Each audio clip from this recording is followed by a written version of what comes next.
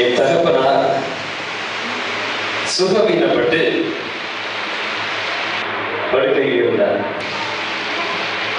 நான் சொல்வது 38 ஆண்டுகளுக்கு முன்பு. இன்றைக்கு எனக்கு 48 வயது. நான் 10 வயது வரை ஒரு ஹிந்துவாக வாழ்ந்து கொண்டிருந்தேன். என் தாய் குடும்பத்தார் அத்தனை பேரும் ஹிந்துக்கள். பஜனைகளை பாடியிருக்கிறேன். இரவெல்லாம் சென்று பஜனைகளை பாடியிருக்கிறேன். இன்னைக்கு நினைக்கிற ஆண்டோட கண்ணீர் வடித்த நாட்கள். ஆண்டவரை துரோகம் பண்ணிட்டேன். என் ஆண்டவனை நீ தேடி வந்தார். ஆனால் அந்த நாட்களில் வியாதி படுக்கையில் இருந்த என் தகப்பனாரை விடுவிக்க யாராலும் முடியவில்லை. 30 நாட்கள் வேதனை. மருத்துவத்தை பார்த்தார். அதில் தோற்று போய்விட்டார்.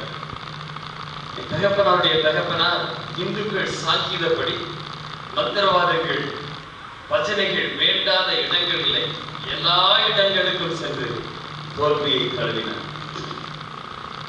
பயம் அவரை கவிக்கொண்டது. ஏனென்றால் 3 பிள்ளைகள். நான் மரித்து போய்விட்டால் என் தாயார் ஒன்றுமே பண்ண முடியாது. என் மனைவி பிள்ளைகளும் தெருவில் வந்துவிடுவார்கள் என்று பயம் அவருக்குள் பயங்கரமாக மாட்டினார். அப்பொழுது அருள்நாதர் இயேசுவை குறித்து அவருக்கு யாரோ சொன்னார்கள், எங்க வீட்டு அருகாமையிலே ஒரு ஜெப கூட்டம் நடக்கிறது, அதை கடந்து செல்லுங்கள், இயேசு உங்களை விடுவிப்பார் என்று சொன்னார். இது முதல் டைம்ல சொல்லியிருந்தா எங்க அப்பா கேட்டிருக்க மாட்டார். ஏன்னா அவர் தான் மெடிசின் மேலேயும் எல்லாம் மாந்திரிகளுக்கு மேலேயும் தான் அவர் பிலீவ் பண்ணிட்டு இருந்தார், நம்பிக்கை வைத்திருந்தார். எல்லாம் தோற்று போன நிலைமை அருள்நாதர் இயேசு என்று சொல்லுகிறார்களே, அங்கேயும் கடந்து சென்று போய் பார்ப்போம் என்று சொல்லி அங்கே கடந்து போனார். எனக்கு நன்றாக ஞாபகம் இருக்கிறது. நாங்களெல்லாம் சிறுவர்கள் ஒரு மரத்தடியில் உட்கார்ந்துட்டு இருந்தோம். ஒரு 1/2 கிலோமீட்டருக்கு அந்த சைடு ஒரு ஸ்டேஜில் ஒரு அம்மா பேசிட்டு இருந்தாங்க. ஏதோ சொன்னாங்க, எல்லாம் பேசி முடித்தார்கள். இன்னைக்கு சர்ச்சுக்கு வர்றோம், எத்தனை பேர் முழு இருதயத்தை திறந்த தேவ சத்தியத்தை கேட்பீர்கள் என்பது மிகவும் கேள்விக்குறி. அன்றைக்கு அறியாமையின் காலத்தில் நாங்கள் இருந்தோம். கடைசி ஜெப நேரம் முடிந்தது. ஜெபம் என்றால் என்ன என்று தெரியாது, ஜெபிப்பது என்ன என்பது தெரியாது. அப்படியே பார்த்து கொண்டு ஜெபித்த பிறகு கூட்டம் முடிந்தது கூட தெரியாது. எல்லாம் கலைந்து போனார்கள், நாங்களும் கலைந்து வந்துவிட்டோம். என் தகப்பனாருடைய வியாதி அப்படியே தான் இருந்தது. படுக்கைக்கு போய் சென்றார். இனி வந்தவரை பார்த்துக் கொள்ளலாம் என்று படுக்கைக்கு சென்றார். நாங்கள் சிறுவர்கள், அதனால் எங்களுக்கு ஒன்றுமே தெரியாது. அப்பா அம்மா என்ன சொல்றாங்களோ அதன்படி நாங்கள் செய்து கொண்டிருந்தோம். அதிகாலையில் எழுந்து எப்போதும் போல் எழுந்தார். என் தகப்பனார் பூரண சுகத்தை பெற்றுக்கொண்டார். இயேசுவை நோக்கி வேண்டலைங்க. அவர்கள் உட்கார்ந்த ஒரு சிறு நம்பிக்கை, இயேசு சுகப்படுத்துவார் என்று அவர்கள் சொன்னார்கள் என்ற ஒரு சிறு நம்பிக்கை, இதை அருள்நாதர் இயேசு கரப்படுத்தினார். அன்றைக்கு அவர் ஒப்பு கொடுத்தார். இன்றைக்கு நான் உங்களுக்கு ஊழியத்தை செய்கிறேன். ஹல்லேலூயா. தாயின் கர்ப்பத்தில் கர்த்தரை தெரிந்து கொண்டார். இதுவரைக்கும் நான் அற்புத சாட்சியாக, ஒரு உயிருள்ள சாட்சியாய் நான் உலாவிக் கொண்டிருக்கிறேன். Praise the lord. ஹல்லேலூயா. இன்னும் ஒரு சில சாட்சிகளை நான் செய்தியின் நடுவில் நான் சொல்கிறேன், போகட்டும். இந்த நாளில் நான் செய்திக்காக நான் தேவனுடைய பாதத்தில் காத்திருந்த போது ஆண்டவர் ஒரு வார்த்தையை எனக்கு கொடுத்தார்.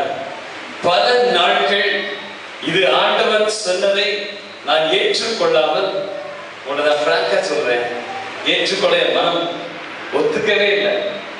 மறுபடியும் ஜெபிட்டேன், அப்பவும் இதைத்தான் சொல்றாரு. மறுபடியும் ஜெபிட்டேன், அப்பவும் இதைத்தான் சொல்றாரு.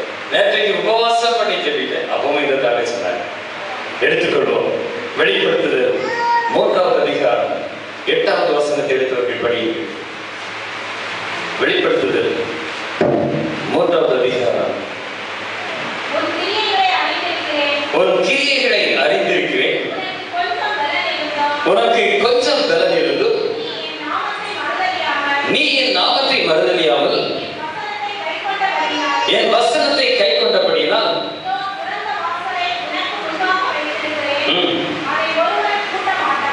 ஆண்டவர் யாரை பார்த்து சொன்னார் தெரியுமா? அதுக்கு முந்தின வசனத்துல படித்து பார்க்கும்போது பிலதெல்பியா சபையை பார்த்து ஆண்டவர் சொன்னார். கவனமா கேளுங்க, கவனமாக கேளுங்க. ஆண்டவர் இன்றைக்கு உங்களை சரிப்படுத்தி தேவன் உங்களை ஆசீர்வதிக்க போகிறார். உங்களை இன்றைக்கு பக்குவப்படுத்தி கர்த்தர் உங்களை ஆசீர்வதிக்க போறார். இன்றைக்கு ஆண்டவன் பிலதெல்பியா சபையை பார்த்து சொன்னார், உன் கிரியைகளை நான் அறிந்திருக்கிறேன், உனக்கு கொஞ்சம் பலம் இருந்தும் என் நாமத்தை மறுதலியாமல் என் வசனத்தை கை கொண்டபடியினால் இதோ திறந்த வாசலை உனக்கு முன்பதாக நான் வைக்கிறேன் என்றார்.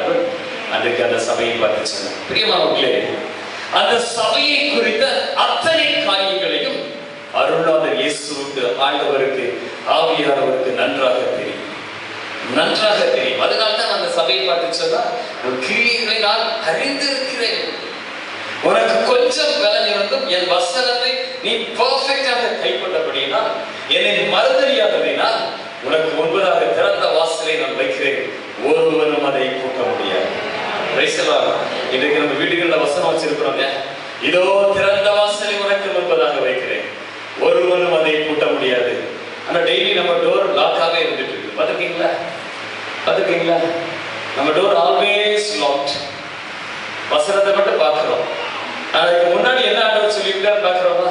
உன் கிரியைகள் என்ன, உன் கிரியைகள் என்ன? இன்றைக்கு ஆண்டவர் தான் என்ன சொன்னார்? இந்த மக்களுடைய கிரியைகள் என்னன்னு கேளுப்பாங்கன்னு சொன்னார். நீங்க நினைக்கிறீங்க அப்ப நீங்க யோகியரா, நானா யோகியனா? எனக்கும் சேர்த்து தாங்க இந்த சத்தியம். எங்கெல்லாம் போய் சத்தியத்தை நான் சொல்லணும், அந்த சத்தியம் எனக்கும் சேர்த்து தான். அல்லேலூயா. என்ன நான் நிதானிச்சு பார்த்துட்டு தான் நான் வந்து நிற்க முடியும்.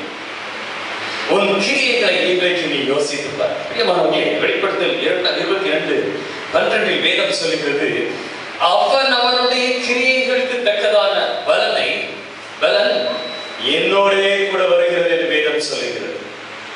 அவன் அவனுடைய கிரியைகளுக்கு தக்க பலன். நாம் என்ன இந்த உலகத்தில் என்ன செயல்பாடுகளுக்கு நாம் காணப்படுகிறோமோ அந்த கிரியைகளுக்கு தக்க பலனை தேவன் நமக்காக கொண்டு வந்து சேர்க்க போகிறது. இன்றைக்கு சற்று திப்பணி பாருங்க, நாம் என்ன கிரியைகளுக்குள் வாழ்ந்து கொண்டிருக்கிறோம். ஒருவேளை நாம் தேவனை ஆராதிக்க சபைகளுக்கு கூடி வருகிறோம். அநேக நேரங்களில் இயேசுதான் என் தெய்வம் என்று சொல்கிறோம். ஆண்டவரை நான் ஏற்றுக்கொண்டு விட்டேன் என்று சொல்கிறோம். நம் கிரியைகளில் வித்தியாசம் காணப்படுகிறதா பிரியமானவர்களே? நம்முடைய செயல்பாடுகளில் வித்தியாசம் காணப்படுகிறதா பிரியமானவர்களே? நற்கிரியைகளை செய்கிறோமா, மோசமான காரியங்களை செய்கிறோமா? சற்று திங்க் பண்ணி பாருங்க. Price the Lord. ஹalleluya. ரட்சிக்கப்பட்டோம் சொல்றோம், ஆனால் நம் கிரியைகள் எப்படி காணப்படுகிறது? நமக்குள் காணப்படும் கிரியைகள் எப்படி காணப்படுகிறது? கலாத்தியர் 6வது அதிகாரம் 7வது வசனம் 8வது வசனம் வேதம் சொல்கிறது, மோசம் போகாதீர்கள், தேவன் நம்மை பரியாசம் பண்ண விட்டார். மனுஷன் எதை விதைக்கிறானோ அதையே அறுப்பான். தன் மாம்சத்துக்கு என்று விதைக்கிறவன் மாம்சத்தினால் அழிவை அறுப்பான், ஆவிக்கு என்று விதைக்கிறவன் ஆவியினால் நித்திய ஜீவனை அறுப்பான். இந்த வசனத்தை பார்த்தா நமக்கு பயமே வராது. நான் சொல்றேன், நமக்கு பயம் இல்லை. ஏன் தெரியுமா? ஏன் பயம் இல்லைன்னா, நான் தான் ரட்சிக்கப்பட்டேன், என்னை தான் அந்த அபிஷேகம் இருக்கிறாரு, எனக்கெல்லாம் இந்த வசனம் இதெல்லாம் துன்மார்க்கர்களுக்கு. இப்படிதான் நினைச்சிருக்கிறோமா? நான் அப்படிதாங்க நினைச்சேன் ஒரு காலத்துல. இந்த வசனம் எல்லாம் யாருன்னா, இன்னைக்கு சபையில் ஆராதிக்காமல் வெளியே இருந்து பார்த்து கொண்டிருக்கும் ஜனங்களுக்கு தான் இந்த வசனம் சொல்றோம். ஆண்டவர் சொல்றாரு, என் வார்த்தைகள் இருபுறமும் கருப்புள்ள பட்டயம் என்று ஆண்டவர் சொல்லி இருக்கிறார். ஹalleluya. அவங்களுக்கும் உண்டுங்க, நமக்கும் உண்டு. ஆனால் அவர்களை காட்டிலும் தேவனை அறிந்த மக்களிடத்தில் அதிகமான கேள்விகளை கர்த்தர் கேட்பார். நற்கிரியைகளை பார்த்துதான் நாம் ரட்சிக்கப்பட்டிருக்கிறோம். இயேசு கிறிஸ்துவின் சுபாவத்தை பார்த்துதான் நாம் ஆண்டவரை ஏற்றுக்கொண்டிருக்கிறோம். எத்தனை பேர் இல்லைன்னு சொல்றீங்க? சொல்ல முடியுமா? முடியவே முடியாது. அருள்நாதர் இயேசுவின் அன்பை அனுபவித்து நாம் வந்து இருக்கிறோங்க. நான் அப்படித்தாங்க வந்தேன். என் ஆண்டவர் யார் என்பதை நிதானித்து அறிந்து நான் அவரை ஏற்றுக்கொண்டேன். அதனாலதான் இன்றைக்கு நான் ஆணித்தரமாக சொல்ல முடியுது, என் ஆண்டவரை பற்றி. ஆண்டவர் நாம் ஏற்றுக்கொண்டு ரட்சிப்பின் அனுபவத்தில் நாம் வாழ்ந்து கொண்டிருக்கிறோம். பிரியமானவர்களே, இந்த ரட்சிப்பின் அனுபவம் ஒருவேளை சமுதாயத்தில் பர்ஃபெக்டாக இருக்கலாம். ஒரு சிலருடைய ரட்சிப்பின் வாழ்க்கை சமுதாயத்துல யாருமே குறை சொல்ல முடியாது.